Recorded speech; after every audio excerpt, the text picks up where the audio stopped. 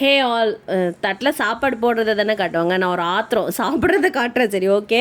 இது வந்து கடைஞ்சல் குழம்பு, அதுக்கப்புறம் முட்டை பொரியல், சாதம். இந்த கடைஞ்சல் குழம்பு வந்து ரொம்ப சிம்பிளாக செய்கிறது தான். பருப்பு, வெங்காயம், பூண்டு, காஞ்ச மிளகா, தக்காளி எல்லாத்தையும் குக்கரில் போட்டு ஒரு விசில் விட்டுட்டு அதுக்கப்புறம் அதை எடுத்து நல்லா கடைஞ்சிட்டு தாளித்து அதுதான் கடைஞ்சல் குழம்பு. ரொம்ப ரொம்ப சிம்பிள் அண்ட் ஈஸி. இதுக்கு ரெசிபியெல்லாம் சொல்ல தேவையில்ல, எல்லார் வீட்டிலையும் செய்வாங்க.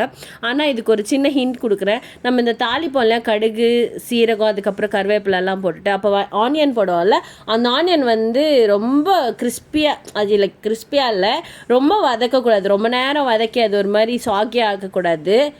சாகின்னா என்ன, சரி ஏதோ ஒன்று. அதை வந்து ரொம்ப வளவலன்னு ஆக்கக்கூடாது. ஓரளவுக்கு கொஞ்சம் பச்சைத்தன்மை இருக்கிறப்பயே குழம்பு அதில் ஊற்றி கொதிக்க விட்டுறணும். அப்போ சாப்பிட்றப்ப அந்த ஆனியன் வந்து க்ரன்ச்சியாக வாயில மாட்டோம். இப்படி பைத்தியம் மாதிரி பேசுகிறேன். சரி, ஓகே. க்ரன்ச்சியாக வாயில மாட்டோம், சாப்பிட்றதுக்கு நல்லாயிருக்கும். அதே மாதிரி வந்து முட்டை பொரியல் வந்து எனக்கு இந்த மாதிரி சாப்பிட பிடிக்கும். முட்டையை கட் பண்ணி வந்து போட்டுட்டு குழம்புல கொதிக்க விட்டு அதுக்கப்புறமா அது நல்லா ட்ரை ஆகிற வரைக்கும் பெரட்டி பெரட்டி எடுத்துகிட்டு சாப்பிட்டோம்னா ரொம்ப பிடிக்கும். உங்களுக்கும் பிடிக்குமா அப்படின்னு சொல்லிட்டு கமெண்ட்டில் சொல்லுங்கள். அதுக்கப்புறம் இந்த வீடியோ பிடிச்சிருந்தா லைக் பண்ணுங்கள், சேனலை சப்ஸ்கிரைப் பண்ணுங்கள். தேங்க்ஸ் ஃபார் வாட்சிங்.